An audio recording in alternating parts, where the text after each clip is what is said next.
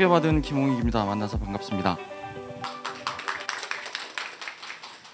제가 오늘 여러분들과 나누고 싶은 이야기는 콘텐츠 그리고 프로듀싱에 관한 약간 업자로서의 마인드입니다. 저는 창작자는 아닙니다. 하지만 저희 안전가옥은 창작자와 함께 일을 하고 창작자의 입장에서 프로듀싱을 하는 걸 고민하고 있어요. 사실 고민한 지 아주 오래되지는 않았습니다. 어쩌면 여러분들보다 더 그 시간이 짧을 수도 있어요. 그러니 제가 감히 여러분들 앞에서 콘텐츠 프로듀싱 이런 거가 무엇이다 라고 말씀드리는 것이 어떤 면에서는 약간 주제 넘을 수도 있겠다 혹은 오바일 수도 있겠다 라는 생각을 합니다. 저희가 생각하고 있는 것이 어떤 정답입니다 라고 주장하는 것은 아니고요. 한 회사가 이제 막 새로 시작한 나름 꿈이 야망이 큰 회사가 이 시장을 이렇게 바라보고 있다, 이렇게 이해를 해주시면 대단히 감사하겠습니다. 말씀드렸다시피 스토리텔링이라는 것이 무엇일까, 이것을 어떻게 하면 최고로 퀄리티를 끌어올릴 수 있을까에 대해서는 사실 저희는 모릅니다. 솔직히 말씀드리면 그런 것이 세상에 존재하는지조차도 잘 모르겠어요. 최고의 프로듀싱에 대해서 이야기하는 자리가 오늘 이 자리일까? 라고 하면 근데 저 앞에 있는 당신은 누군데? 궁금해하실 수도 있을 것 같아요. 저는 장르 전문 스토리 프로덕션 안전가옥을 운영을 하고 있습니다. 안전가옥은 장르물을 만들고요. 창작자 여러분들과 함께 타이트하게 협업을 하고요. 그리고 이야기를 새로 발굴하고 개발하는 것을 메인으로 합니다. 장르물을 창작자와 만든다. 이 세 가지가 안전가옥의 어떤 핵심 개념 같은 거고, 이거를 좀 지금 기억을 해 두시면 좋을 것 같습니다. 그래서 안전가옥을 하고 있는 당신, 김홍익 당신은 뭐 하는 사람인데? 라고 하면 기본적으로 저는 약간 이렇게 저렇게 썰 풀고 그림 그리고 이 그림에 대해서 여러분들과 의견을 나누는 걸 좋아하는 사람입니다. 그리고 알고 있습니다. 이런 사람이 사자로 오해받기 쉽다는 것도 알고 있고, 제가 곧잘 말을 한다는 이유로 더 사자처럼 보일 수 있다는 점 역시 알고 있습니다. 하지만 나름 진정성을 가지고 있다. 설령 사자라도 진정성을 가지고 있는 사자다라는 말씀을 먼저 드리고 싶고요. 그래서 너는 뭐 했던 사람인데? 라고 하면 저는 어떤 진성 콘텐츠쟁이의 커리어를 밟았던 사람은 아닙니다. 아주 그냥 콘텐츠에 어떻게 보면 대척점에 있었던 커리어를 밟아왔던 사람이었어요. 그냥 되게 재미없는 뻔한 큰 회사들을 차례로 다녔고, 그 회사에서 했었던 일들은 어떤 창작과 관련한 일이라기보다는 그냥 돈 주고받고 이런 것들 투자하고 인수하고 이런 류의 업무들을 주로 했었습니다. 그러니 저는 컨텐츠를 완전히 시작부터 발굴해내는 그런 사람이라기보다는 반대편에서 이 컨텐츠라고 하는 시장이 어떻게 흘러가고 있는구나를 좀 더 관심을 많이 갖고 그 흐름을 보는 것을 좋아하고 그것을 어느 정도 업으로 했었던 그런 사람이라고 생각해 주시면 감사하겠습니다. 제가 커리어를 가져오면서 나름의 테마로 가지고 있는 거는 새로운 기술, 새로운 시스템, 그걸 가지고 기존의 판을 개선하거나 혹은 가능하다면 뒤엎는 것을 굉장히 좋아합니다. 그냥 뻔한 거 말고요. 새로운 걸 좀 했으면 좋겠어요. 이 시장에 확실히 메시지를 줄 수 있으면 좋겠어요. 우리와 같이 일하는 사람들이 안전가옥은 달라라고 하는 인상을 가져갈 수 있으면 좋겠어요. 이런 얘기들을 되게 많이 하거든요. 그러니 제가 이 콘텐츠에 대해서 이야기를 하는 건 역시 어떤 면에서는 약간 도발적이고 좀 도전적일 수 있을 거라고 생각을 합니다. 그냥 이 시장이 어떻게 되면은 좀 더 다른 방식으로 흘러갈 수 있을까, 이런 걸 고민하는 그런 사람이에요. 그런데 이제 콘텐츠 업을 하는 것이 그냥 사업만 하다가 하는 거는 당연히 아닐 거고, 저도 나름대로 소비자로서 꽤 많이 좋아해 왔고 나름 덕질을 많이 하기도 했었고, 지금도 여전히 안전가옥에서도 저도 프로듀싱도 하면서 창작에 대해서도 고민하고 창작자와도 같이 많이 소통하면서 일은 해오고 있습니다. 그러니 오늘 제가 드릴 얘기도 그렇고 저희 회사가 안전가옥이 하고 있는 것도 그렇고 비즈니스의 관점으로 좀 더 전략과 거시적인 관점으로 컨텐츠라고 하는 아주 세밀하고 예민한 이것을 다루는 그런 회사를 지향하고 있고 지금도 그렇게 일을 하고 있다라고 생각해 주시면 아, 뭐 안전가옥은 그런 회사구나. 지금 앞에 있는 사람은 저 그런 사람이구나. 라는 이해와 크게 다르지는 않을 겁니다. 저희가 파트너분들을 많이 만납니다. 창작자님들이랑도 많이 만나요. 그래서 어떤 이야기를 찾고 있어요? 혹시 어떤 거를 주로 보시나요? 이런 얘기들을 나누면 저희 뭐 좋은 거 찾고 있어요. 저희는 뭐 재밌는 거 찾고 있죠. 이런 말씀들을 많이 합니다. 사실 그게 무엇인가라는 고민을 많이 해요. 그러니까 우리 것도 좋은데 저는 되게 좋다고 생각하는데 이거를 무엇이라고 전달해야 좋은 이야기가 저희도 그리고 듣는 입장에서도 다 공유하게 되는 상이 될 수 있을까? 그 이야기의 본질을 파고 들어가면 무엇인가를 정의해 내리는 것이 가능할까? 이런 고민을 사실 저희도 했고 지금 이 자리에 계신 분들 혹은 그냥 범창작을 하시는 모든 분들이 고민하실 거라고 생각해요. 그랬을 때 일단 저희가 생각하는 가장 기본적인 요건은 재미입니다. 재미라고 하는 것도 뭐 여러 가지로 정의를 할 수 있겠지만 일단 굉장히 기술적으로 정의를 하자면 그 재미는 이야기의 시작과 끝까지 완주하게 만드는 힘인 것 같아요. 그것이 되게 짜릿한 어떤 말초적인 쾌감이 될 수도 있고 아니면 어떤 메시지에 대한 통찰이 될 수도 있고 아니면 그냥 새로운 테크닉에 대한 어떤 희열이 될 수도 있겠지만 그것이 무엇이든 이 이야기가 시작하고 주인공의 여정을 함께 완주할 수 있는 힘을 가진 것이 재미있는 이야기가 아닌가?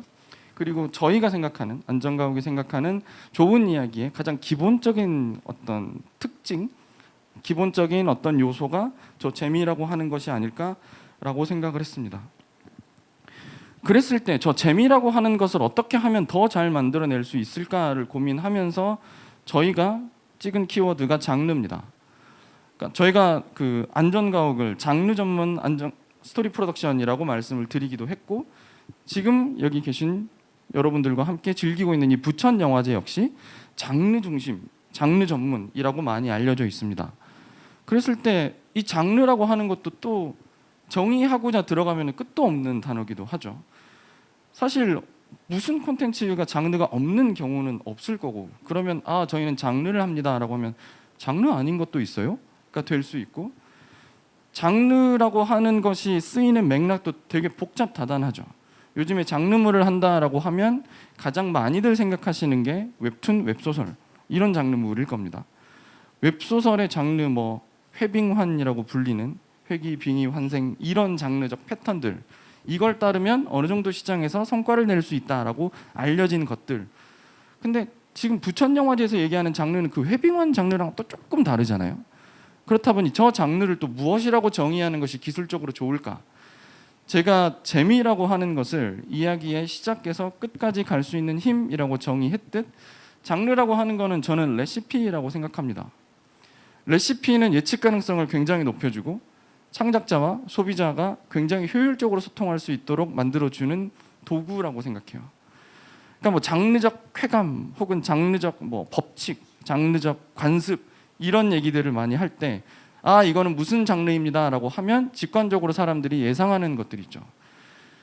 지금 앞에 보시는 화면에 있는 것들은 마라입니다. 마라 땡땡, 뭐 마라 샹궈, 마라탕, 마라 뭐 혹은 라면 이런 것들이 있는데 저는 매운 걸 잘 못 먹습니다. 그래서 마라 땡땡이 들어가면 일단 긴장합니다. 이런 게 장르인 거죠. 만드는 사람은 마라 향을 내는 것을 일종의 약속이라고 생각합니다. 마라탕을 내놨는데 만약에 빨갛지 않고 향이 강하지 않으면 이거 마라 아닌데? 라고 직관적으로 알게 되듯이 저희가 생각하는 장르도 그런 류의 약속. 근데 레시피를 엄청 금과 옥조처럼 떠받드는 음식점은 맛있는 음식점이라고 하기 어렵겠죠. 그렇기 때문에 저희가 장르를 바라보는 관점도 장르는 이 이야기를 맛있게 만드는 레시피이지 장르 자체가 어떤 목적 혹은 구현의 어떤 이상이 되는 것은 저희는 지양하고 있습니다. 그러니 장르적 법칙을 좀 더 과격하게 해석을 하면 약간 신성모독적인 발언이 될 수도 있지만 예수와 영웅문의 장무기, 의천도령기의 장무기와 스타워즈의 스카이워커랑 비슷합니다. 그러니 과격하게 보자면 저 이야기의 패턴이라고 하는 것이 사람들에게 지금까지 긴 시간 동안 사랑을 받아왔고 그렇기 때문에 저 장르적 패턴을 가져다 쓰는 것이 기본적인 맛을 내는 데에는 꽤 유용하다라고 하는 것이 이 장르를 해석하는 입장이라고 보고, 저희도 마찬가지로 그렇다면 저 이야기의 패턴이 뭘까? 저 이야기의 패턴을 우리가 좀 벤치마킹할 수 있을까? 혹은 우리가 이런 류의 효과를 내고 싶을 때 저 리소스를, 저 레시피를 가져다 쓰면 좀 더 수월하게 그 예측 가능성을 창작자와 소비자 그리고 프로듀서가 같이 공유할 수 있지 않을까? 이런 고민들을 합니다. 하지만 이제 뭐 말씀드렸다시피 레시피를 가지고 음식을 싸우는 거, 음식을 이것이 무엇이냐 아니냐라고 얘기하는 건 물론 그 자체로 굉장히 즐거운 유희이기는 합니다. 어떤 퓨전 음식을 두고 이건 한식이냐 중식이냐, 이거는 한국식 중식인데요, 이건 중국식 한식인데요, 이런 얘기들을 하는 것 자체도 물론 재미있는 놀이고 그 자체로도 비평적으로는 큰 의미가 있지만, 맛있는 음식입니까? 라는 것을 해석할 때 직관적이지 않을 수도 있다. 그리고 더 우선해야 되는 것은 음식의 맛, 이야기의 재미라고 저희는 바라보고 있습니다. 그래서 다시 돌아와서 이야기의 본질이라고 하는 것이 뭘까? 좋은 이야기를 무엇이라고 정의하는 것이 맞을까? 라는 류의 고민을 다시 해보게 된다면 지금 이것이 맞는 질문인가? 제대로 된 질문을 던지고 있는 것인가? 라고 하는 회의에 빠지게 되는 것 같아요. 좋은 이야기라고 하는 것이 재미있는 이야기, 장르를 쓰면 그 재미를 쉽게 구현할 수 있어.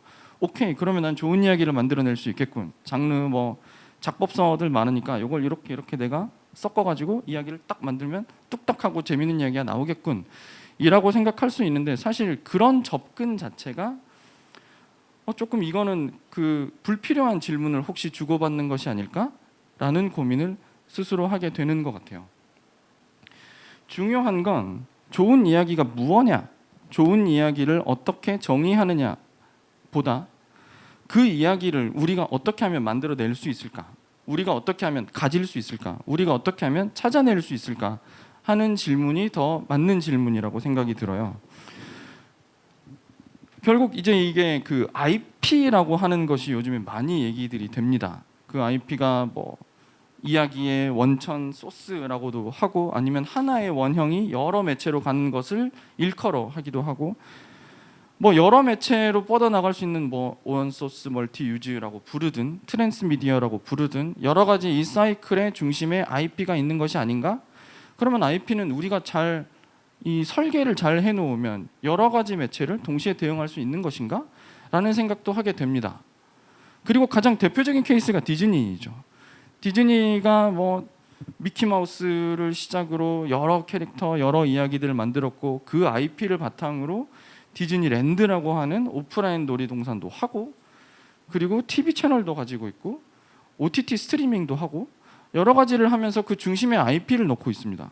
그리고 디즈니가 꽤 잘 나가죠. 그러니 IP가 중요한가 봐, IP가 있으면 디즈니처럼 저렇게 판을 키울 수 있는가 봐, 큰 회사, 큰 비즈니스를 만들어내고 많은 사람들한테 계속해서 사랑을 받는 것이 가능한가 봐 라고 하는 생각을 또 하게 되는 것 같아요. 그래서 저 미키마우스급 혹은 마블 시네마틱 유니버스에 준하는 그런 이야기를 우리가 찾아낸다라고 치면, 그거는 우리가 어떻게 찾아낼 수 있을까? 어떻게 만들어낼 수 있을까? 이런 고민들을 하게 됩니다. 그러면 방법들은 여러 가지가 있는데 그거를 좀 쪼개보면 일단 없는 것을 만들어내는 것이 가능한가? 아니면 있는 것을 우리가 찾아내거나 아니면 추가적으로 각색해서 다시 사업화하는 것도 가능할까? 사실 굉장히 심플한 방법이 있습니다. 사면 됩니다. 돈이 있다면요. 되게 비쌉니다. 그렇기 때문에 사실 저거는 없는 방법이나 마찬가지입니다. 넷플릭스가 나이브스 아웃의 속편 2편, 3편 이 두 편의 권리를 거의 4,500억 개 가까운 돈을 주고 구매를 했습니다. 아마존은 반지의 제왕의 IP를 사서 이제 곧 뭐 프리퀄 시리즈가 나온다던데 그 드라마 시리즈를 만드는데 거의 3,000억에 가까운 돈을 썼습니다. 넷플릭스가 그 류치신, 중국 SF 작가 류치신이 쓴 삼체를 오리지널 시리즈로 만드는데 그건 역시도 수천억 원의 돈이 들어갑니다. 그러니 히트한 작품이 있고 수천억을 써서 저걸 가져다가 이야기를 만들면 그래도 안전빵으로 이야기를 만들어내는 것이 가능은 합니다. 근데 그건 수천억을 굴리는 이 머니 게임에서 가능한 일이지, 실질적으로 이 실무를 하고 있는 혹은 이 업계에 있는 우리가 쉬이 택할 수 있는 전략은 아닙니다. 그러면 약간 어중간한 이야기들이 있을 텐데 그 이야기를 우리가 이렇게 저렇게 그러면 우리가 작법도 공부를 했고 장르적 레시피들도 있고 하니까 이거를 딱 넣으면 맛이 훨씬 좋아질 거야 라고 생각을 할 수도 있는데, 창작을 하시는 여러분들이 아마 저희보다 더 잘 아실 겁니다. 뭔가 잘 안 풀릴 때 어쩌면 다시 시작하는 게 더 좋을 수도 있어요. 어중간한 것에 추가 자원을 투입하는 것과 아니면 되게 여러 가지 이야기를 먼저 생각해 보는 것 사이에서 만약에 그것을 효율을 측정하는 것이 가능하다면 후자가 압도적으로 효율적일 것입니다. 사실 그거는 되게 심플한 논리예요. 하나의 이야기가 되게 오랫동안 갈 때 이제 곡선이 아마 이런 식으로 갈 거거든요. 처음에는 가팔랐다가 나중에는 약간 완만해지는 형태로 간다 치면 이 완만한 형태의 기울기를 끌어올리는 것보다는 초반에 이렇게 팍팍 올라갈 때 여러 개를 우리가 스스로 테스트를 해보고 그 중에 무엇을 고민을 더 해야 되지? 라고 판단하는데, 그러니까 사업적인 측면이 아니라 창작의 측면에서도 여러 아이디어를 먼저 흩뿌려 놓는 것이 굉장히 중요하다라고 저희는 생각하고 있습니다. 그러니 결국 이야기의 씨앗이라고 하는 것이 너무너무 중요합니다. 저희 안전가옥이 괴담 캠퍼스에 참여를 하자라고 했었던 것도 이 이유였어요. 되게 좋은 이야기들은 씨앗을 많이 뿌리고 그 씨앗에 대해서 귀를 기울일 때 비로소 찾을 수 있다고 생각을 하고 있고, 저희 안전가옥도 스토리 프로덕션으로서 사업을 하고 있지만 더 중요한 건 그 이야기의 씨앗들을 잘 뿌리고 잘 발굴하고 그것을 잘 지켜보는 일이라고 보고 있기 때문에, 그래서 우리는 더 좋은 이야기의 시작, 그 이야기의 씨앗에 굉장히 집중을 하고 있습니다. 그랬을 때 뭐 이런 반론들이 있을 수 있죠. 예술은 그런 거 아닙니다. 예술이란 배고프고 괴로울 때 진정한 예술이 나올 수 있습니다 라고 생각하는 경우도 있을 수 있다고 생각해요. 그리고 여러 개 창작을 하고 그 중에 괜찮은 거를 이렇게 싹싹 골라잡고 하는 거, 그거 약간 옛날 올드스쿨에서 이렇게 막 밭대기를 하듯이 이렇게 사업을 채가는 그런 거 아닙니까? 라고 생각을 하실 수도 있고, 어느 정도 그 우려도 타당하다고 생각은 합니다. 그리고 또 하나, 이게 한국 시장에서 그 조그만 시장들에서 그냥 이렇게 막 누가 뭘 했고 다 아는데 이거를 이렇게 약간 입도선매처럼 이렇게 해놓는 것은 이건 사이즈가 작아가지고 안 됩니다 라고 얘기를 할 수 있는데, 저는 이 마지막 우려가 바뀌면서 굉장히 많은 앞에 것들까지 바꾸고 있다고 생각을 하고 있어요. 옛날에 K-팝이라고 하는 혹은 K-컬처, K-콘텐츠 등등의 K라고 불리기 전의 것들을 보면 그러니까 막 수출 상품이라고 불릴 때가 있었습니다. 콘텐츠가 대장금 이런 막 중앙아시아 이런 데서도 기록적인 시청률을 기록하고 수출 효자 상품이라고 불리던 때, 이럴 때 그러니까 기억을 더듬어 보시면 아마 그때 더 어려서 기억을 못 하시는 분들도 있으실 것 같지만, 기억을 더듬어 보면 저때 저 콘텐츠들은 어떤 콘텐츠라고 불리기보다는 상품, 제품이라고 불렸습니다. 제품이라고 불렸다는 것은 결국 이게 약간 공장식으로 만들어지는 것을 가정하고 쓰이는 개념어 같거든요. 우리가 어떤 물건을 만들어서 수출 컨테이너 선에 실어서 해외에 수출을 하듯이 이야기 자체도 비슷하게 만들어진 거죠. 일단 한국의 채널 혹은 영화 이쪽을 위해서 납품되는 식으로 만들어지고, 그 만들어진 이야기를 컨테이너 선에 실어 보내듯이 수출을 하고, 그 다음에 그 나라에서 잘 팔리면은 한국에서 어디 나라에서 시청률 몇 %를 기록했습니다, 어디 나라에서 관객 몇 명을 기록했습니다 라고 하면서 수출 상품이라고 불리는 이런 무역의 대상이 되는 콘텐츠가 이제 예전의 콘텐츠였는데, 사실 지금은 이제 완전히 판이 좀 바뀌었죠. 가장 크게 그러니까 체감하고 있는 것 중에 하나는 OTT일 겁니다. 넷플릭스를 지금 대한민국에서 한 달에 1,000만 명 이상이 있습니다. 넷플릭스는 1년에 한국에서 6천억 이상을 벌어가고, 그리고 넷플릭스뿐만 아니라 티빙, 왓챠, 웨이브 이런 OTT들이 수백만의 사용자들을 가지고 있습니다. 이것만으로도 이미 예전의 미디어와는 완전히 달라지는 것이고요. 특히 한국에서는 아주 큰 시청자층을 확보하고 있지는 못하지만 디즈니 플러스라든지 파라마운트 플러스라든지 이런 플랫폼들은 글로벌이라고 하는 것이 또 다르죠. 넷플릭스가 가장 대표적이죠. 넷플릭스에 올라가면 한국 콘텐츠가 한국 채널, 한국 사업자를 통해서 넷플릭스에 올라갔는데 다른 나라에서도 보고 다른 나라에서도 반응이 일어나는 그런 시장이 가장 큰 변화일 거고요. 웹툰, 웹소설 이쪽도 꽤 강합니다. 시장이 굉장히 큽니다. 지금 카카오 페이지가 1년에 1조 정도를 봅니다. 네이버 웹툰도 1조를 봅니다. 네이버 웹툰과 카카오 페이지 두 개가 합치면 2조인데요. 이 두 회사가 2조를 버는 건 사실 영화 시장 전체의 매출과도 극장 영화 시장 전체의 매출과도 비견할 수 있는 규모고 사실 저 두 개의 회사가 또 하나 특기할 만한 점은 사실상 약간 세계에서 웹툰 종주국의 역할을 이 두 회사가 끌고 나가고 있고 리디가 그 뒤를 따라가고 있다는 점입니다. 그래서 이 K 콘텐츠라고 하는 것, 그러니까 최근에 완결됐지만 나 혼자만 레벨업이라고 하는 소설 기반의 웹툰이 있었습니다. 그 웹툰은 출시된 지 처음에 한 달에 50억씩 벌어들이고 이랬거든요. 그러니까 이게 콘텐츠 시장이 글로벌에서도 터지는 경험이 그냥 되게 먼 얘기라기보다는 실제로 일어날 수도 있는 일이구나가 좀 더 퍼져나가고 있는 것 같아요. 물론 한국계 미국인이시긴 합니다만 이민진 작가의 빠친코가 애플 TV에서 오리지널로 만들어진 건 보셨을 겁니다. 그리고 정보라 작가의 저주토끼는 부커상의 최종 후보까지도 올라갔었고 그 전에 한강 작가는 부커를 수상하기도 하셨고요. 소설에서도 해외에서 인정받고 해외에서 성과를 내는 케이스들이 많아지고 있습니다. 82년생 김지영 같은 경우에는 한국에서도 밀리언셀러 이상의 히트를 기록했지만 중국과 일본에서도 수십만 부가 팔려나가는 이런 히트를 기록하기도 했었어요. 뭐 너무나 잘 아시겠지만 오스카에 한국인이 나와서 한국말로 이야기하거나 통역, 영어로 바로 얘기하는 것이 이제는 놀라우면서도 어떻게 보면 익숙한 그런 시대가 되어버렸습니다.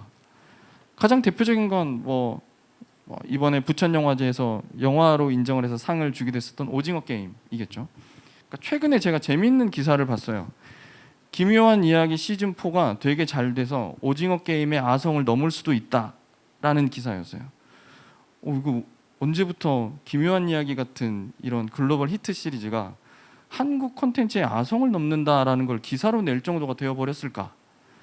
그리고 지금 제가 오늘 확인해 보니까 플렉스 페트롤이라고 하는 사이트에서 넷플릭스 글로벌 순위 같은 거를 얘기하는데 7등, 8등, 10등이 한국 콘텐츠더라고요.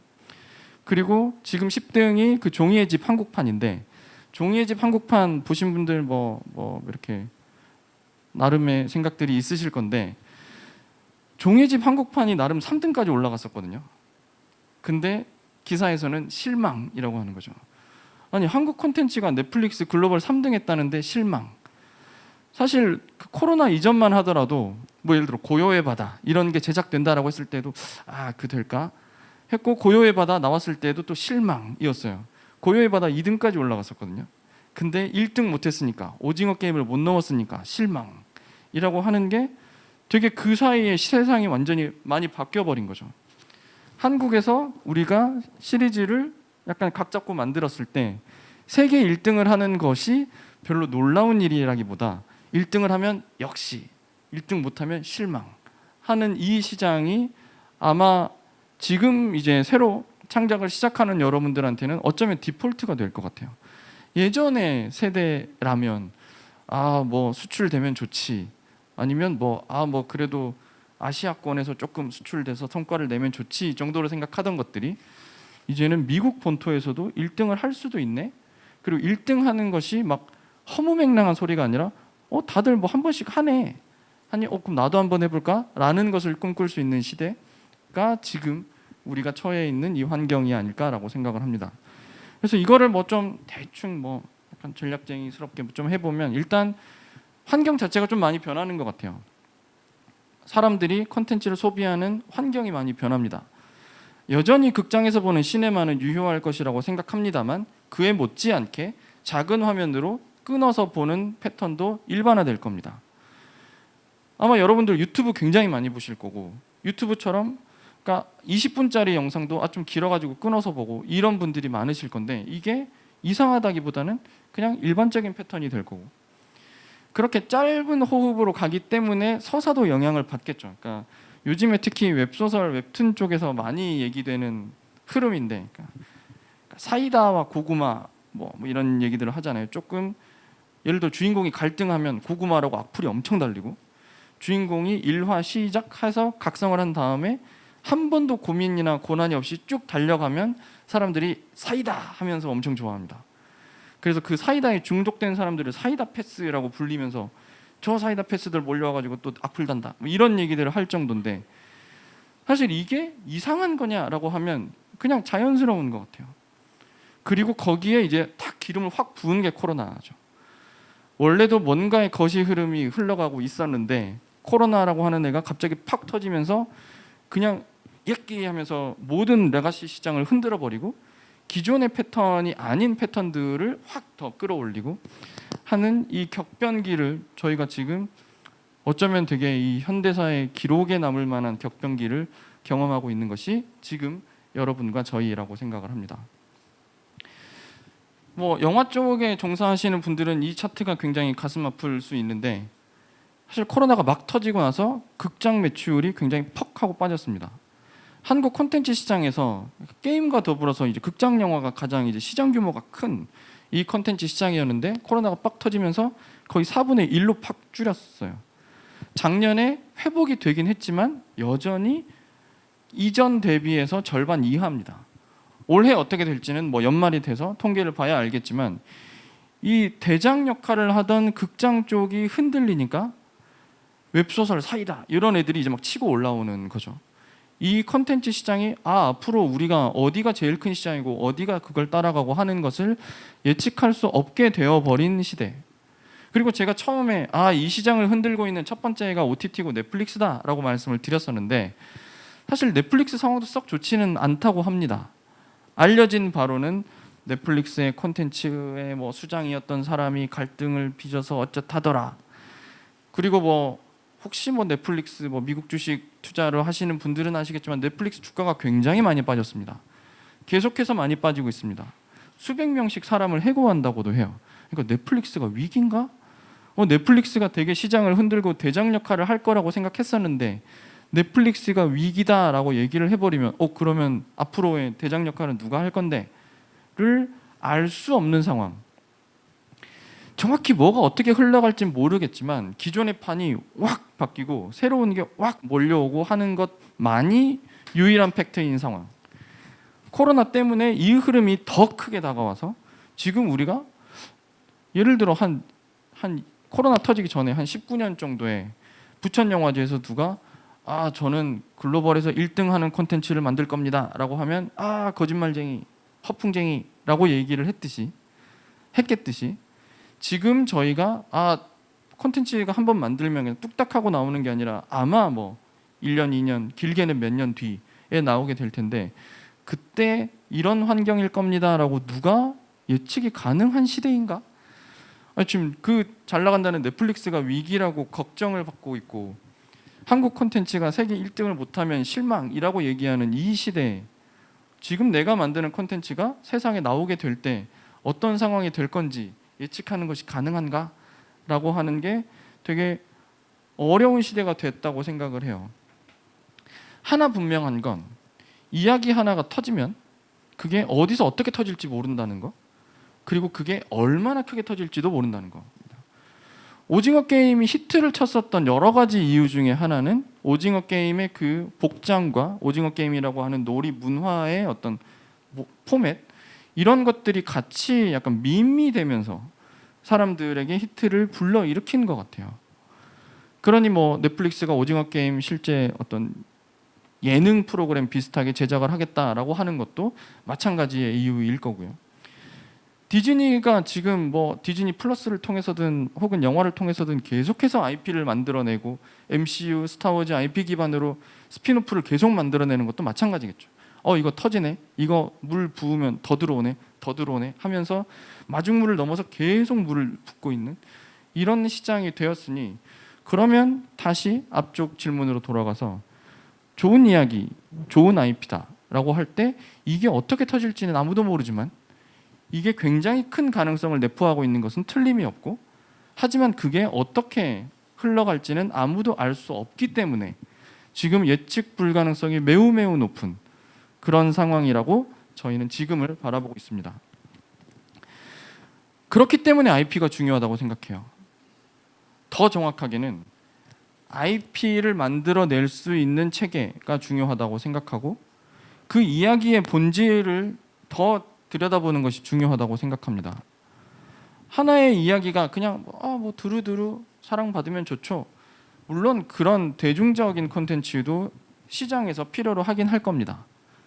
근데 그것이 아니라 호불호가 확실히 갈리고 좋아하는 사람은 미치게 좋아하고 그리고 안 좋아하는 사람과 좋아하는 사람을 완전히 편을 갈라버릴 수 있을 정도로 팬덤이 확실하고 그리고 나는 그걸 하나 좋아하면 나는 뭐 굿즈도 사고 다른 매체도 사고 덕질도 하고 모임도 하고 커뮤도 하고 이런 류의 여러 매체로 뻗어나갈 수 있고 가능하면 그게 나 이거 좋아하는데 너도 그거 좋아해? 라고 하면서 팬덤끼리의 커뮤니티가 만들어질 수 있는 가능하면 그게 한 나라에서 뿐만 아니라 여러 나라에서 혹은 여러 세대에 거쳐서 갈 수 있는 이야기 이런 게 사업적으로 가능성이 큰 그리고 이야기적으로도 지금 이 혼돈의 매체를 지나고 있는 시대에서는 내 이야기가 사람들한테 더 많이 사랑받고 더 오래 사랑받는 것은 정말 정말 중요하잖아요.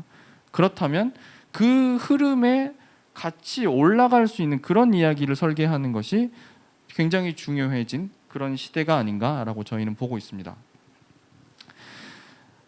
그러니까 이렇게 되면 이제 뭐 IP를 기반으로 사업을 하고 IP를 기반으로 뭔가 2차, 3차를 만들고 스핀오프를 만들고 할 때 항상 예를 드는 것이 이제 마블이죠. 디즈니와 마블 시네마틱 유니버스. 마블의 성공 비결은 무엇인가? 세계관이 촘촘하고 뭐 그 세계관에 따라서 캐릭터들이 이렇게 움직이고 잘 설정이 되어 있다. 잘 촘촘하게 설계되어 있다라고 얘기를 하는데 제가 생각하는 마블 시네마틱 유니버스의 성공 요인은 아주 심플하다고 생각을 해요. 아이언맨 1, 2가 재밌었고 잘 됐기 때문에. 왜냐하면 그게 만약에 이야기를 잘 촘촘하게 잘 짜서 성공을 했으면 그 숱한 유니버스들이 다 잘 됐어야 되는데 안타깝게도 DC는 굉장히 여러 시도들을 하고 있지만 오히려 단독 영화들이 잘 되지 유니버스 플레이는 잘 안 되고 있습니다. 웹툰 쪽에서도 지금 유니버스를 만들려는 움직임들이 굉장히 많은데 어떤 건 되고 어떤 건 잘 안 돼요. 박태준 만화회사 이런 데서 만드는 웹툰들은 곧잘 성과가 좋습니다. 그게 세계관이 연결되어 있어서가 아니라 그냥 그분이 웹툰을 잘 써가지고 잘 그려가지고 이렇게 흘러가는 거라고 생각해요. 그러니 오히려 이 IP가 중요해지면 중요해질수록 이 시장의 혼란에서 IP가 중요하고 글로벌 IP가 중요하고 하면 할수록 저는 베이직으로 돌아가야 되는 것 같아요. 이게 영화도 되고 드라마도 되고 웹툰도 되고 소설도 되고 하는 것보단 진짜 재미있는 이야기면 그게 무엇이든 어떻게든 다른 매체로 넘어가게 될 것이다 라고 하는 이 어떤 본질적인 내용에 좀 더 집중을 해야 되는 것이 오히려 혼란스러운 이 시대를 해석하는 방법이라고 저는 생각합니다. 그러니까 이 이야기의 근본이라고 하는 이 재미라고 하는 걸 이 사업을 하고 있는 그리고 창작자분들과 같이 이 사업을 만들어가고 싶은 이 입장에서는 어떻게 해석해야 될까? 우리가 어떻게 바라봐야 될까? 그러면 예전에 그냥 이야기를 올드스쿨로 만들고 그냥 하나를 오래 붙잡고 하나씩 공을 들이고 하는 것이 여전히 유효한 관점일까? 라고 하면 이건 약간 좀 도발적인 제언이 될 수도 있는데요. 저는 관점이 좀 달라져야 되는 것 같아요. 흔히 콘텐츠 얘기를 할 때 흥행 비즈니스, 쇼 비즈니스 이런 얘기들을 합니다. 그리고 그 관점에 동의합니다. 하지만 거기에 플러스 알파가 좀 더해져야 되는 것 같아요. 약간 투자 비즈니스가 아닐까? 포트폴리오를 기획해야 되는 것이 아닐까라는 생각을 해요. 예측 불가능한 시장에 예측 불가능한 대상을 다루고 그리고 이것의 본질에 대해서 집중하고 하나가 어떻게 될지 모르기 때문에 우리는 다양한 가능성에 대해서 염두를 해둬야 된다면 이거는 약간 투자로 생각해야 되는 것이 아닐까. 혹은 이야기라고 하는 것이 하나의 씨앗이 돼서 완성될 때까지 이걸 열심히 만드는 이것도 물론 중요하지만 이것보다 더 중요한 건 될성부를 이야기를 찾아내기 위해서 일종의 채굴을 하듯이 광산에서 이야기를 채굴을 하듯이 이야기를 마이닝하는 것이 필요하지 않을까? 저런 관점으로 이야기를 바라봐야 되지 않을까? 라는 생각을 해요. 사실 창작을 하는 입장에서도 크게 다르지는 않지 않을까라는 생각을 합니다. 내 이야기가 어떤 뭔가가 있고 뭐 이거 하나 써봅시다 해가지고 약간 막 만드는 것보다 내 머릿속에 혹은 내 마음속에 어떤 이야기들이 있는지를 좀 보고 얘네들을 이렇게 뽑아내듯이 발굴해야 되는 관점이 필요한 것 같아요. 그게 이제 뭐 투자 쪽 이쪽으로 보면 약간 포트폴리오를 구성하듯이 하나의 이야기를 만든다라기보단 내가 어떤 화두가 있고 내가 어떤 테마가 있고 그 테마를 어떻게 풀어낼 수 있을까를 고민하고 이걸 구성하는 플레이를 해보는 것이 이 시장을 해석하는 방법이 아닐까라고 생각을 해요. 그래서 뭐 제가 옛날에 대장금 이런 수출 상품 콘텐츠 이런 얘기를 했었는데 그때에는 약간의 제조업의 프레임이 있었다고 생각을 합니다. 가성비가 너무너무 중요하고 그 가성비에 따라서 제품을 빨리 많이 만들어야 되는 회전율이 높아야 되는 거라면 어떤 투자 관점에서 이야기를 볼 때 가져야 되는 마음은 뭐 주식 투자를 비유를 해보자면 뭐 제가 어떤 주식 종목을 샀어요. 그거를 팔았다 샀다 팔았다 샀다를 많이 해가지고 내가 차익을 많이 남기는 것이 메인이 아니죠. 되게 그러니까 뭐 소위 떡상할 것 같은 거를 미리 점 찍어 놓고 이게 올라갈 때 내가 같이 따라가는 것이 훨씬 중요한 거거든요. 선구안이 훨씬 더 중요하다라고 봅니다. 그래서 이 이야기를 고민할 때에도 그냥 뭐 이거는 좀 팔리니까 이거 했다가 팔고 이런 플레이보다는 이 이야기가 어디까지 갈 수 있을까? 이 이야기의 본질이 무엇일까를 창작자가 더 깊이 고민하고 이 이야기가 뻗어나갈 수 있는 힘에 대해서 충분히 더 그 판로를 열어주고 하면 그 이야기가 뻗어나갈 수 있는 힘이 더 커질 거라고 보고 특히나 이 알 수 없는 매체 시장에서는 그것을 더 신경 써서 고민해야 된다고 생각하고 그렇기 때문에 저 이야기를 바라볼 때에는 그러니까 물론 비유가 뭐 적절한 건가는 모르겠지만 저희가 마치 투자할 때 이 종목이 얼마나 올라갈 수 있는가를 보듯이 이야기도 그렇게 바라봐야 되는 것이 아닌가라는 생각을 합니다. 그러니까 뭐 부동산 투자, 뭐 주식 투자, 뭐 최근에 이슈가 됐었던 코인 투자 뭐 이런 거를 해보신 분들이라면 아마 대충 어떤 느낌인지 아실 거라고 생각해요. 그러니까 저런 거 주식 투자를 할 때 뭐 얘기들을 하죠. 이거 막 처음에 주식 투자 처음 하면 뭐 그렇죠. 딱 내 그 핸드폰 맨날 쳐다보면서 올랐네, 떨어졌네. 코인 보시는 분들은 더 하겠죠. 그럼 지금 내가 이거 팔아야 되나? 팍 넣었다 뺐다를 합니다. 근데 그러면 수수료가 더 나가가지고 그건 손해예요. 그리고 이게 내가 내일 오를지 안 오를지 너무 또 긴장되고 기사 별거 아닌 기사에 막 주식이 오르고 내리고 하면 막 잠을 못 자죠. 내 돈 날아간 것 같고 아니면 내가 돈을 번 것 같고 물론 저라고 막 뭐 대단히 저런 걸 잘하고 하는 건 아닙니다. 저도 뭐 다 똑같아요. 그러니까 뭐 투자를 할 때 무엇을 생각해야 되는지 이론적으로 뭐 대충 다 알고는 있습니다. 그러니까 이게 뭐 투자의 뭐 이론적으로 보면 투자에서의 수익은 리스크에 비례합니다. 제가 투자의 관점으로 이야기를 바라본다라고 말씀을 드렸을 때도 전 똑같은 것 같아요. 이야기가 뻗어나갈 수 있는 힘은 그 이야기가 가지고 있는 리스크에 비례한다고 생각해요. 안전한 이야기 만들 수 있죠. 작법서 보고 장르 레시피 섞어가지고 뭐 이렇게 하면은 그냥 매끈한 이야기 만들어낼 수 있겠죠.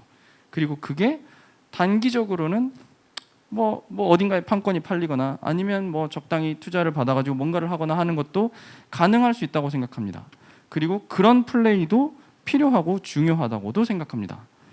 근데 동시에 약간 이건 조금 도전적인데 이건 조금 장르적으로도 엣지가 좀 더 있는데 이건 좀 아직 시도되지 않은 것들인데 이런 거에 리스크를 우리가 같이 짊어져야 이게 뭔가 터졌을 때 크게 올라가는 것도 가능하지 않을까라고 저희는 생각합니다. 그러니 상품으로서의 컨텐츠를 생각할 때에는 객단가가 엄청나게 중요하죠. 가능하면 비용을 낮추고 가능하면 합리적인 가격으로 제공하는 것. 그래서 많이 파는 거라면 투자의 관점으로 봤을 때에는 종목 수가 적더라도 이거는 우리가 이 종목의 가능성을 깊이 고민해서 더 크게 올라갈 수 있을 리스크를 내가 안고 들어가는 거. 뭐 야수의 심장 뭐 이런 얘기를 하잖아요. 야수의 심장으로 확 들어가는 이런 게 좀 필요한 게 오히려 지금 시대의 콘텐츠가 아닐까라고 저희는 보고 있습니다. 투자하시는 어르신의 말씀을 좀 몇 개 빌려와 보면, 그리고 그 투자의 프레임워크에 이야기를 대입해 보면 대충 좀 더 감이 잡히실 것 같아요. 뭐 워렌 버핏이 유명한 게 그냥 숫자만 보고 이렇게 하는 게 아니라 그 회사의 뭐 미래를 고민해서 가치를 투자한다라는 거, 그러면 그 이야기의 가치를 믿고 이야기에 투자하는 거, 혹은 여러 포트폴리오를 구성하는 거, 내가 하나의 이야기에만 매달린다기보다 여러 이야기의 가능성을 같이 가지고 가는 거, 그리고 하나의 이야기를 한 일주일 했다가 아닐 것 같아, 이게 아니라 되게 하나를 시작했을 때 긴 관점으로 여러 개를 동시에 좀 생각해 보는 거, 이런 게 중요한 관점이 아닐까라고 생각을 해요. 그래서 뭐 워렌 버핏의 유명한 말들 몇 가지를 가져왔는데, 사실 저기에 이야기를 대입해도 얼추 들어맞는 말이라고 저는 생각합니다. 주식시장은 스트라이크가 없는 야구와 같다. 내가 좋아하는 공을 던져라. 콘텐츠라고 하는 것도 정답이라는 게 있는 게 아니기 때문에 내가 제일 잘할 수 있고 내가 가장 사랑하는 이야기를 해야 된다는 거고, 그러니까 가운데 거는 그거죠. 그냥 이 대세라고 불리는 것들을 우우하고 따라가면 추측하건데, 지금이 이제 2022년이고 영화 하나 뭐 대충 뭐 한 3, 4년이라고 치면 한 24년, 5년쯤 되면 범죄도시류의 얘기들이 엄청 많아지겠죠.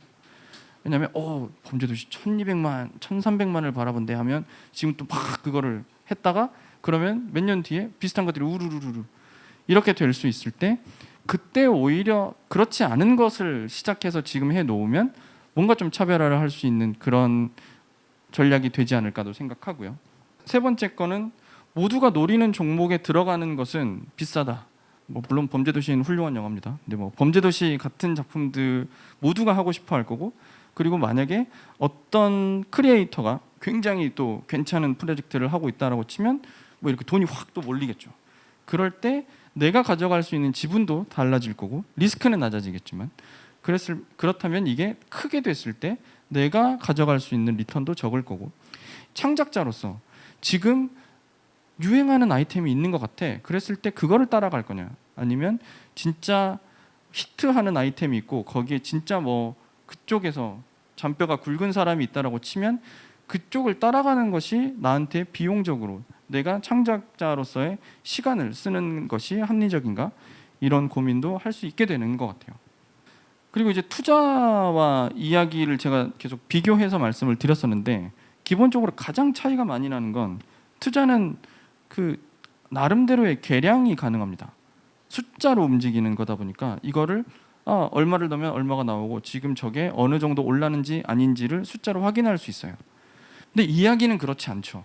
저게 얼마짜리 이야기다라고 측정하는 것도 불가능하거니와, 저게 그러니까 뭐 한 몇 달 해서 이야기가 좀 개발이 된 것 같다라고 하면 한 20% 개발이 됐나? 30% 개발이 됐나?를 아는 것도 그냥 감으로만 얘기할 수 있을 뿐 본질적으로는 측정하는 것이 불가능합니다. 그리고 또 다른 하나는, 투자는 주식 투자 같은 걸 할 때는 그냥 내가 돈을 넣으면 그냥 그거는 흘러가요. 근데 이야기라고 하는 거는 내가 그냥 사놓고 쟁여놓으면 아무것도 되지 않습니다. 그 이야기에 내가 계속해서 마음을 주고 생각을 주고 사랑을 주고 해야 그 이야기가 개발이 되는 거고, 프로듀서가 붙어서 사업화를 진행하고 이야기의 플롯을 더 고민하고 캐릭터를 더 고민하고 해야 그 이야기가 측정하기 어렵지만 앞으로 나아가는 거지, 그냥 이거 괜찮을 것 같으니까 아이템 내가 갖고 쟁여놓고 있으면 언젠간 되겠지라고 한다면 그거는 그냥 약간 올드스쿨 이야기가 돼버릴 가능성이 매우 높다고 생각을 해요. 그러니 이제 이야기라고 하는 것을 투자의 관점으로 본다라고 하면 대충 이렇게 정리해 볼 수 있을 것 같아요. 지금 이 시장이 요동치기 시작해서, 그러니까 뭐 투자도 마찬가지죠. 시장이 급변하면 지금이 기회다라고 얘기를 많이들 하는데, 이야기도 마찬가지인 것 같아요. 사실 뭐 지금 뭐 시장이 어떻다더라라고 하는데 그게 막 10년, 1000년 가지는 않을 것이고, 그 시장은 돌아올 거라면 지금 이 요동치는 시장에 내가 빨리 들어가야 그것이 시장이 돌아오고 내 이야기를 소비할 사람들이 모여들 때 내 이야기도 같이 사랑을 받을 수 있을 거라고 생각을 하고요. 또 다른 하나는 이야기 자체가 어떤 여러 회전을 높이는 상품이라기보단 하나의 투자 자산의 성격을 가져서 이거를 길게 내가 계속해서 신경 쓰고 들여다봐야 되는 그런 투자 자산의 성격을 갖는다는 점이 또 하나의 차이점. 그리고 그 이야기의 핵심 어떤 미덕이라고 하는 거는 저희는 재미라고 봅니다. 그 근본인 재미가 있지 않으면 나머지 전략들이 다 무의미하고, 그러니 그 재미를 만들어내는 창작 그 자체가 그냥 단순히 숫자로 바라본다기보다는 프로듀싱이 필요한 그런 점, 그리고 그때 장르라고 하는 것을 무기로 쓸 수 있다라고 저희는 생각하고 있어요. 일종의 초기 회사에 투자하는 투자 심사역의 마음과도 저희는 비슷하다고 봅니다. 그러니까 이 이야기가 될성부를 떡잎인가? 이 창작자와 같이 하면 좋을까를 계속해서 고민하고, 우리가 그냥 단타로 이렇게 하는 것보다는 한 번 휘두르더라도 한 번 맞아도 홈런이면 좋겠다라는 마음으로 항상 창작자분들과 이야기를 나누고 있고, 그걸 통해서 저희가 가져가고 싶은 것은 그냥 단순히 사업적으로 볼 때 어떤 중간 마진 조금 이것보다는 그 이야기를 함께 하고 싶은, 그리고 그 이야기가 가장 크게 뻗어나갔을 때 창작자와 함께 하고 싶은 그런 게 저희의 비즈니스라고 볼 수 있어요. 그래서 투자업과 비유를 해보자면 저희는 단타보다는 홈런을, 그리고 단순히 숫자로만 움직이기보다는 이야기 자체를 창작자와 같이 고민하는 그런 회사를 지향하고 있습니다. 그러니 이야기 프로듀싱으로 이야기 장르를 고민하고 이야기를 만드는 창작자와 고민할 수 있는 이 역량, 이 창작에 대한 고민이 굉장히 중요한 시장이 되어가고 있다라고 보고, 그래서 나름 안전가옥은 그걸 준비하고 있는 회사고, 그래서 여러분들과 함께 이런 자리에서 얘기를 나누는 것도 저희한테는 굉장히 중요한 사업 활동인 거죠. 그리고 하나 특히 해보고 싶은 거는, 이 이야기라고 하는 것을 IP라고 정의하고 그 IP를 사업의 어떤 핵심 단위라고 정의를 한다면 사실 자칫 잘못된 플레이가 될 수 있다고 생각해요. 그러니까 소위 창작자들을 IP를 만들어내는 어떤 생산수단으로 생각하게 되는 경향이 생길 수 있는 거죠.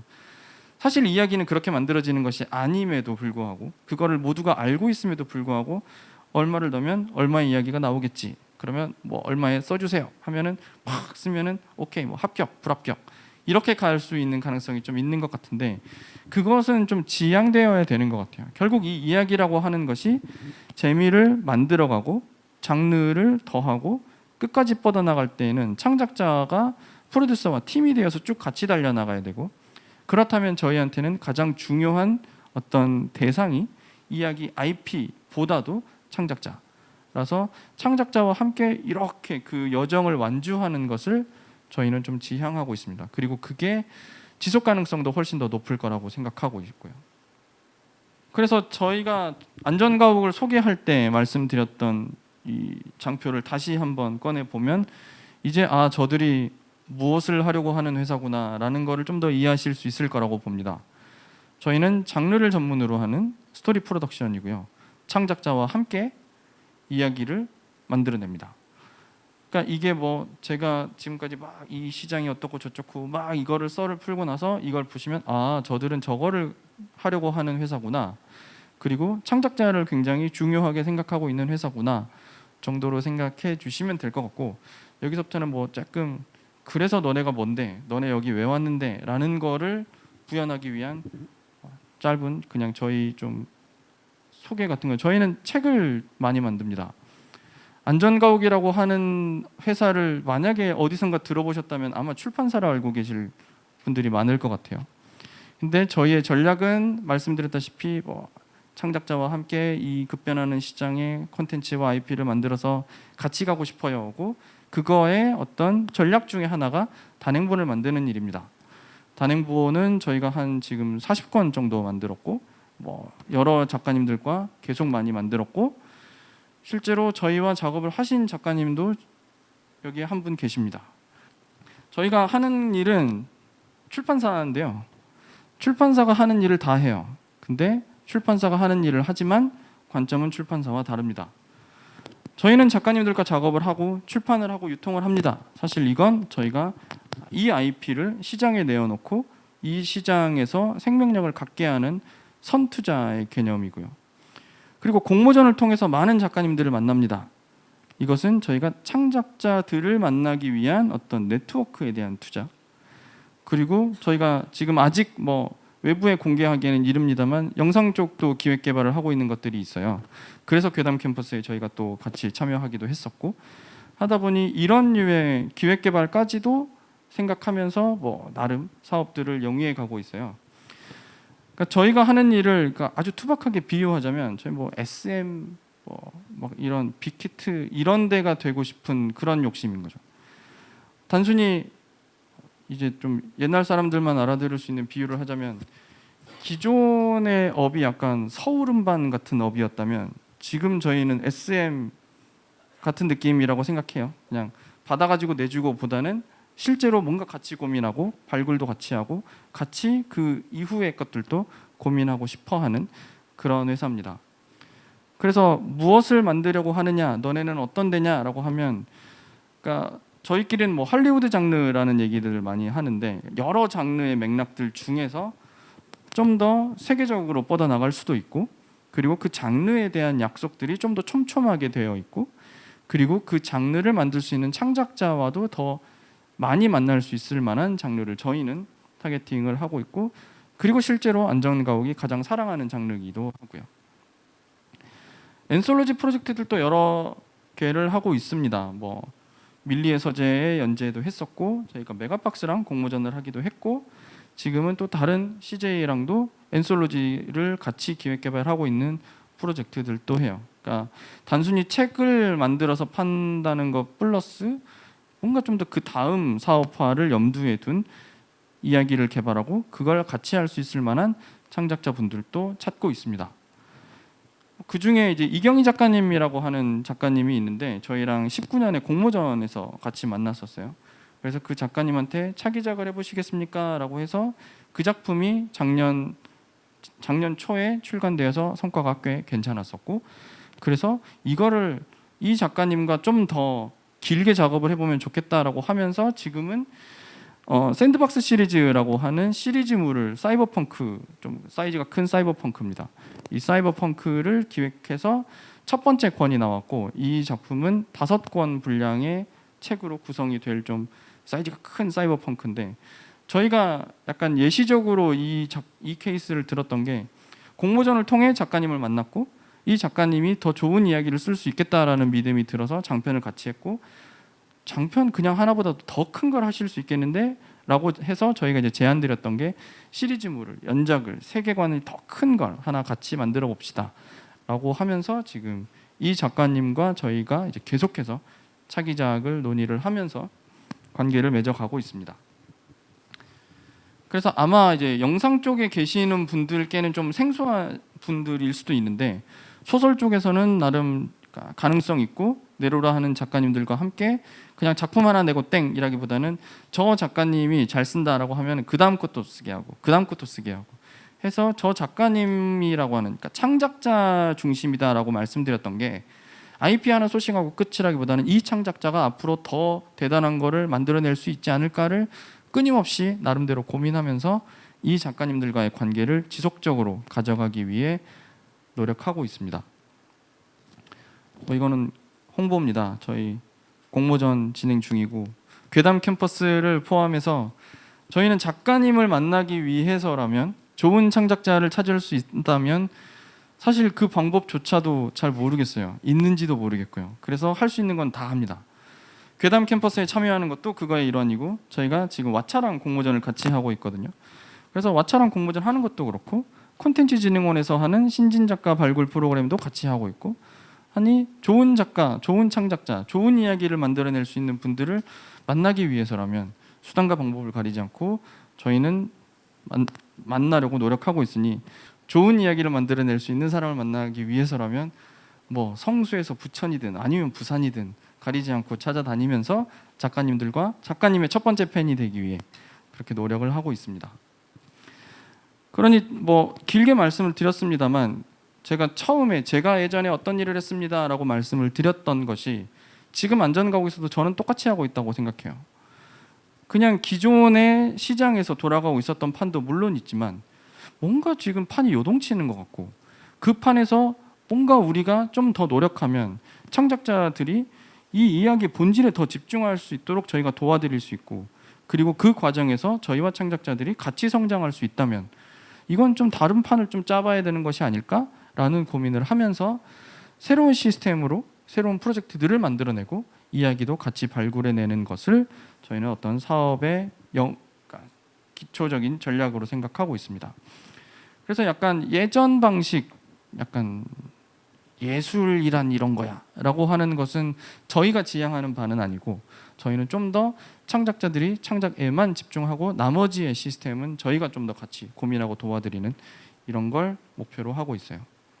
결과적으로는 해리포터 같은 거, 그러니까 제가 처음에 안전가옥을 시작할 때 핵심 질문이 그거였거든요. 한국에 J.K. 롤링이 나타난다면 안전가옥을 찾아볼 수 있으면 좋겠다.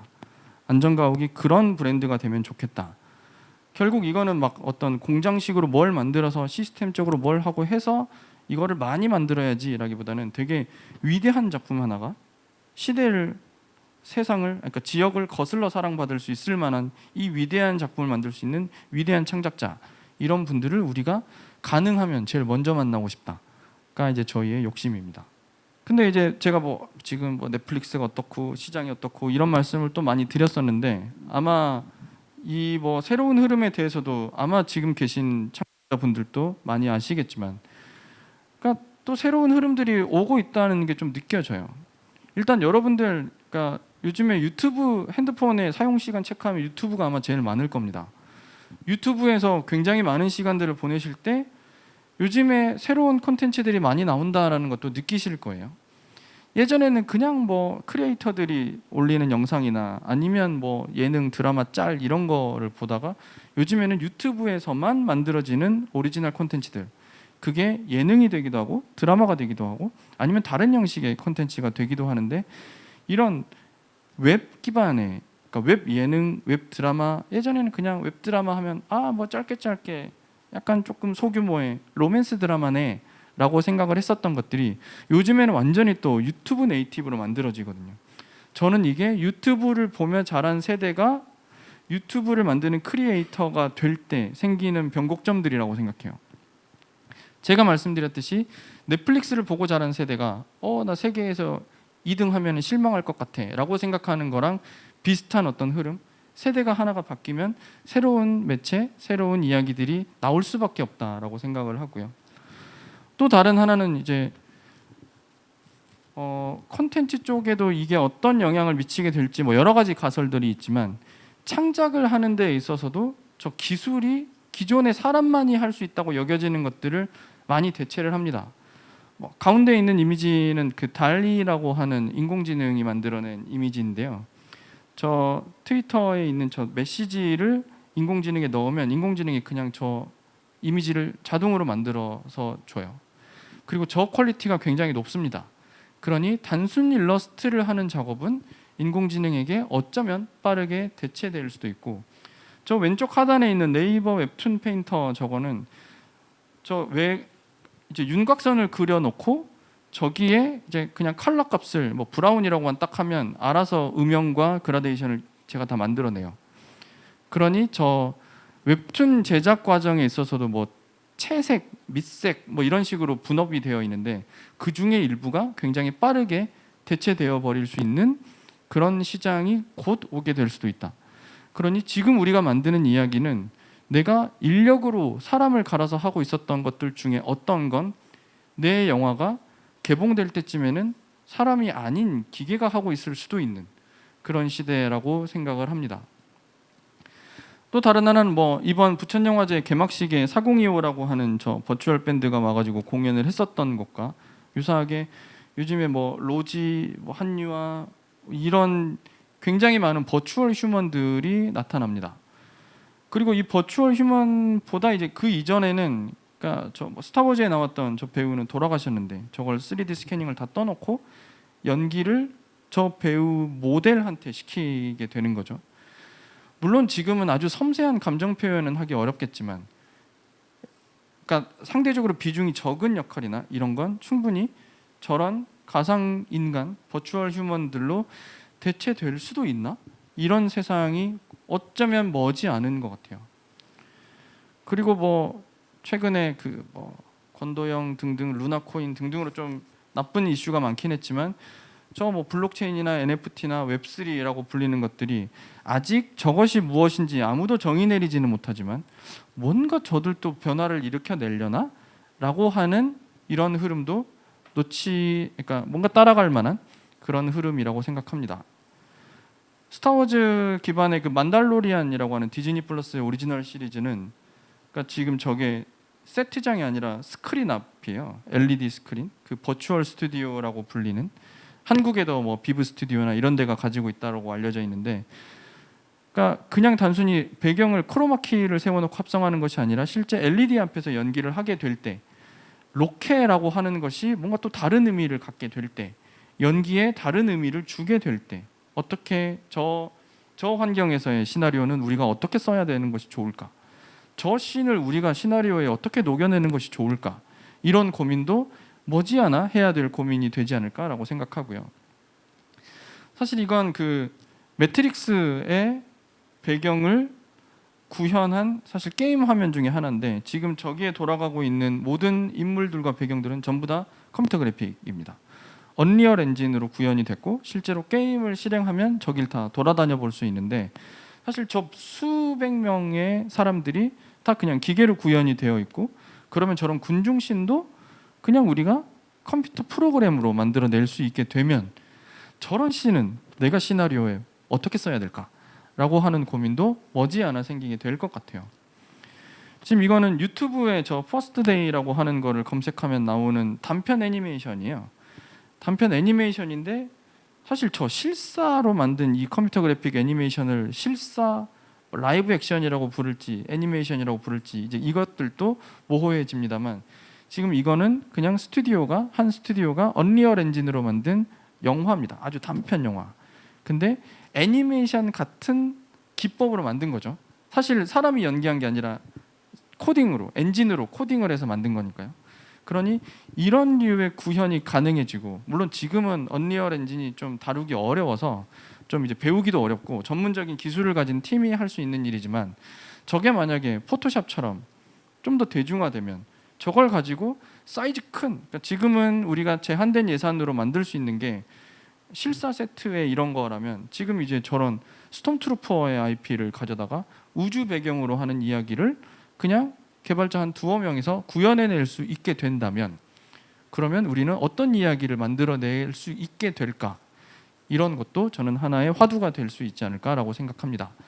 그러니까 저희가 이제 계속 저런 거에 관심을 계속 가지면서 그러면 지금 창작자들이 어떤 이야기를 어떤 영감들을 계속 가져야 나중에 저게 일반화된 세상에서도 계속 사랑받을 수 있는 이야기를 만들어낼 수 있을까? 이런 게 저희의 화두예요. 물론 이게 어떻게 될 거다, 뭐 언리얼이 어떻게 될 거다, 뭐 버추얼 휴먼이 어떻게 될 거다라고 하는 건 지금 저희는 알 수 없습니다. 만약에 지금 누군가가 앞으로 이렇게 될 겁니다, 메타버스란 이렇게 될 겁니다라고 얘기한다면 장님 코끼리 만지는 이야기와 다름이 없을 거라고도 생각해요. 하지만 하나 틀림없는 건 저렇게 되면 될수록 환경이 변하면 변화할수록 기술이 변하면 변화할수록 이야기는 그 본질에 집중이 되어야 된다고 생각합니다. 그 제가 뭐 이야기의 근본이란 재미다라고 말씀드렸던 것처럼 저희가 생각하는 이야기의 본질은 재미라고 생각을 해요. 그러니 그 본질을 가지고 있는 이야기라면 세상이 요동칠 때 자신의 살 길을 알아서 찾아갈 수 있을 거라고 생각하고 그렇기 때문에 이 이야기를 지금 더 치열하게 고민을 해야 저 격변하는 시대를 대응할 수 있다라고 저희는 보고 있습니다. 이것도 약간 그 연식을 알 수 있는 어떤 장표인데 예전에 스마트폰이라고 하는 게 막 나올 때 즈음에 저게 모토로라에서 나온 폰이거든요. 근데 저 폰에 지금 구현되어 있는 앱이 오브제라고 하는 앱입니다. SKT에서 만든 거고 저게 증강현실이었어요. AR이고 저 폰에 카메라를 켜서 딱 가게 간판을 딱 보여주면 전화번호가 딱 뜨는 거야. 저기는 무슨 가게다. 그래서 SKT가 저걸로 막 TV 광고도 했습니다. 이것이 증강현실이다. 근데 사람들이 이제 비웃었죠. 아니 간판 그냥 보면 보이는데 뭐 핸드폰에 간판을 띄워주고 증강현실이라고 별로 대단하니까 필요도 없는 기술을 저걸 뭐야? 라고 하는데 그로부터 10년이 훌쩍 지난 2016년에 포켓몬고라고 하는 게임이 나왔습니다. 그리고 사람들이 저기에 열광을 하면서 돌아다니면서 핸드폰을 쳐다보고 다니기 시작했죠. 그러면서 이게 증강현실이구나. 저는 이게 킬러 콘텐츠의 힘이라고 생각해요. 그냥 기술만 적당히 구현해 놓고, 그러니까 언리얼이라고 비교를 해본다면 언리얼 기술 막 광원도 막 이렇게 했다가 이런 물리 엔진도 구현하는 엔진들이 되게 잘 되어 있거든요.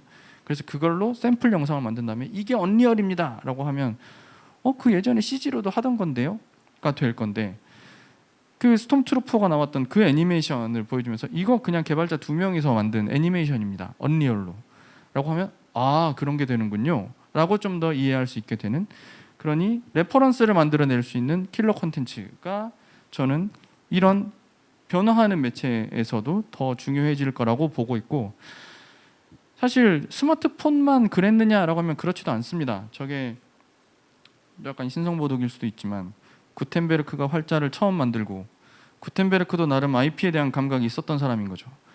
이거 내가 이게 활자입니다 라고 하면 사람들이 뭐 그래요, 손으로 쓴 것보다 예쁘네요 라고 할 것 같은데, 저기에 킬러 콘텐츠인 성경을 담아서 자 이것이 활자입니다 라고 하니까 사람들이 뭐 열광하는 거죠.